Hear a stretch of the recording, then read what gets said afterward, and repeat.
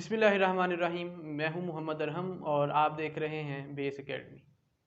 Second year mathematics में आज हम एक्सरसाइज 4.3 स्टार्ट कर रहे हैं।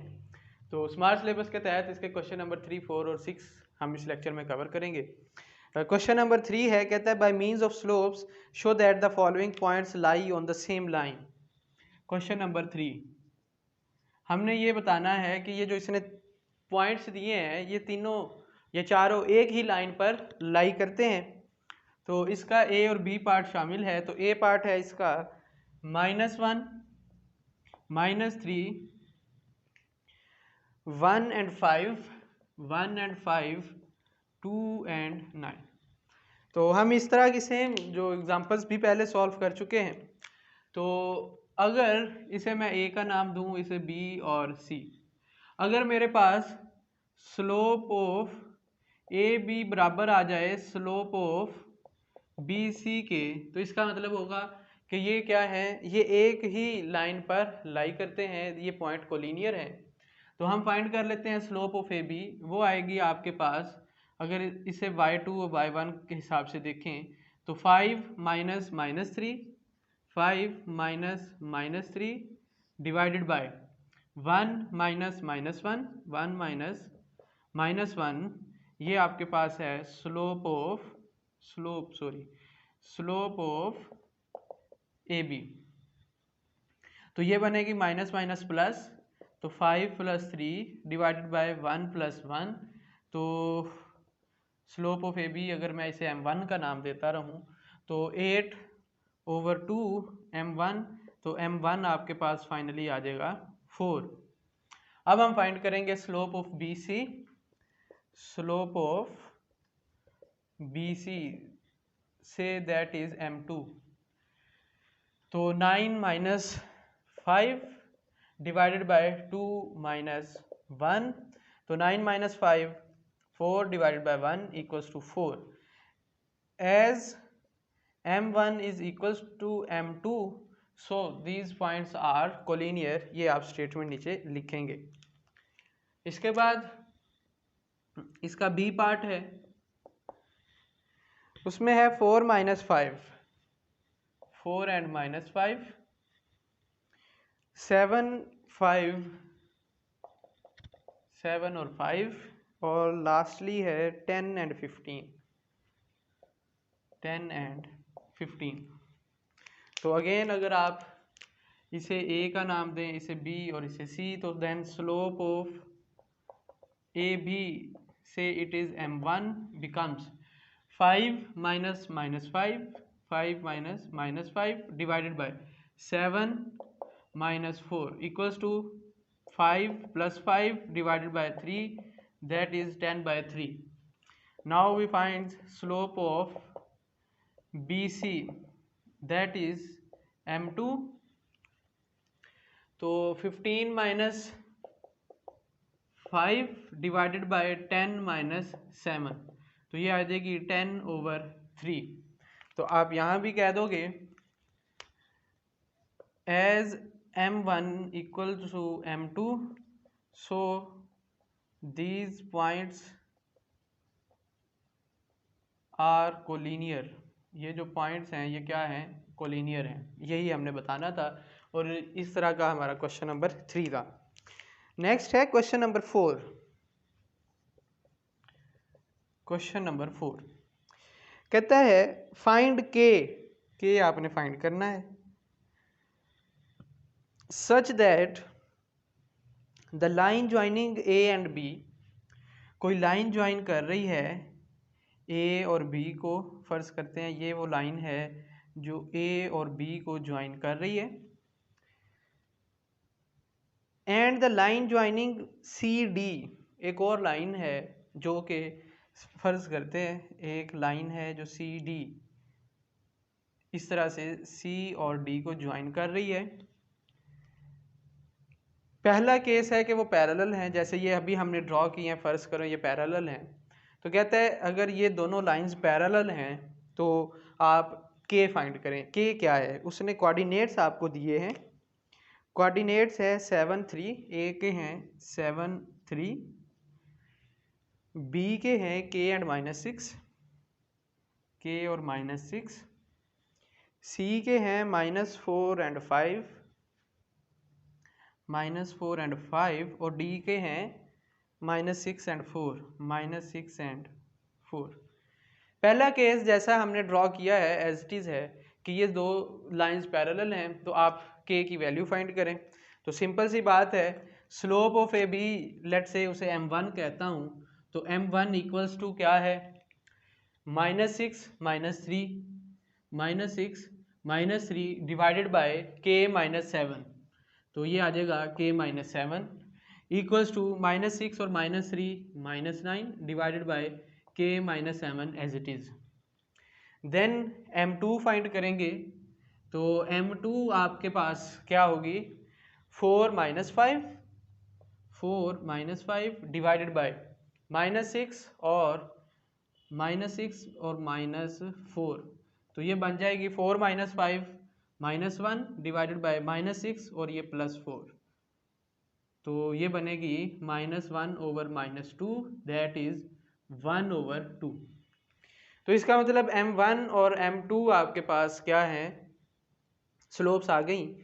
तो पहला case, if lines are parallel, अगर लाइंस पैरेलल हैं तो इस केस में m1 जो है वो m2 के बराबर होगा। तो m1 है -9 over k -7 equals to m2 है 1/2।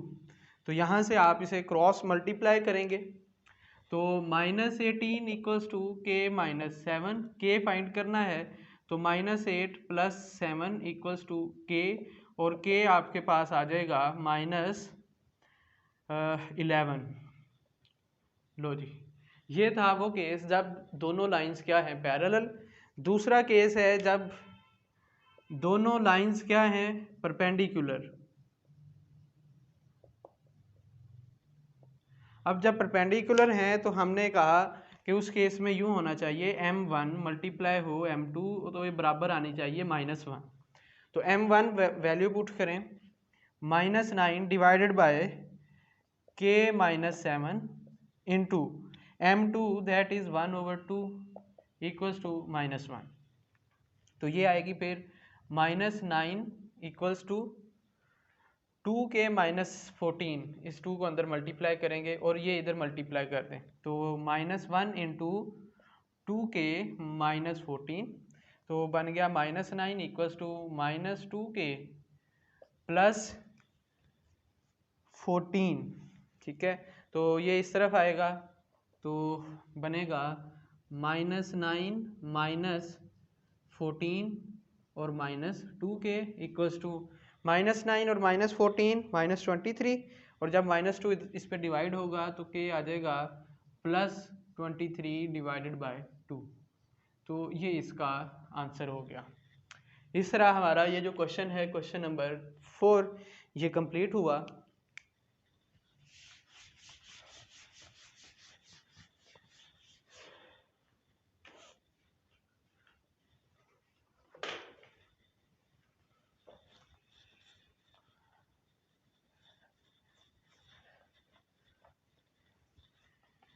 जी, तो नेक्स्ट मेरे पास क्वेश्चन नंबर 6 है।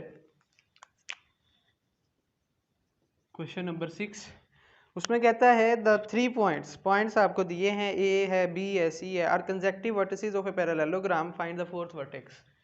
कोई पैरेललोग्राम है आपके पास, ठीक है, कोई फर्ज करते हैं इस तरह की पैरेललोग्राम सी है कोई, ये ए है, ये बी है, ये सी और ये डी।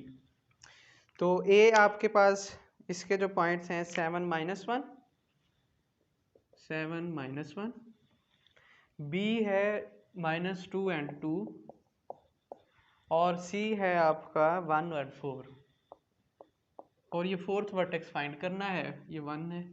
तो 4th वर्टेक्स लेट से वो है x और y, तो x और y हमने फाइंड करना है। तो आपको पता है इन पैरेललोग्राम दो साइड जो हैं वो पैरेलल होती हैं, तो ए बी पैरेलल होगी सी डी के, ए बी साइड जो है वो पैरेलल है सी डी के। इसका मतलब स्लोप ऑफ ए बी अगर हम इसे m1 का नाम दें तो ये बराबर होगी इस स्लोप के, ये भी m1 ही होगी, इसे नाम रहने दें देने को। तो slope of A B equals to 2 minus -1 divided by -2 -7 equals to 3 हो जाएगा डिवाइडेड बाय -9 और ये आ जाना है हमारे पास -1/3। इसी तरह slope of side C D, ठीक है, तो सी डी की साइड की स्लोप आएगी 4 - y डिवाइडेड बाय 1 - x, ठीक है। तो अब अगर ये दोनों साइड्स पैरेलल हैं तो इसका मतलब इनकी जो स्लोप है वो बराबर होगी। तो स्लोप ऑफ ए बी वो बराबर होगी स्लोप ऑफ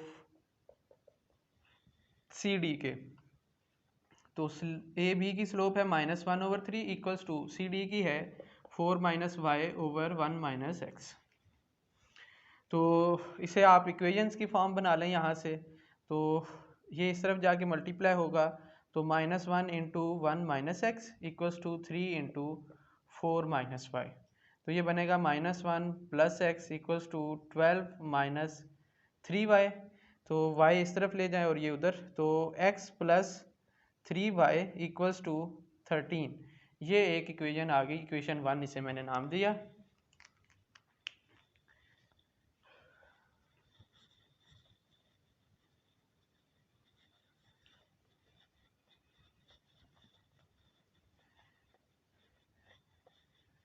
जी, तो इसके बाद हमने स्लोप ऑफ ए डी बराबर करनी है स्लोप ऑफ बी सी, क्योंकि ये भी दो साइड्स पैरेलल होंगी।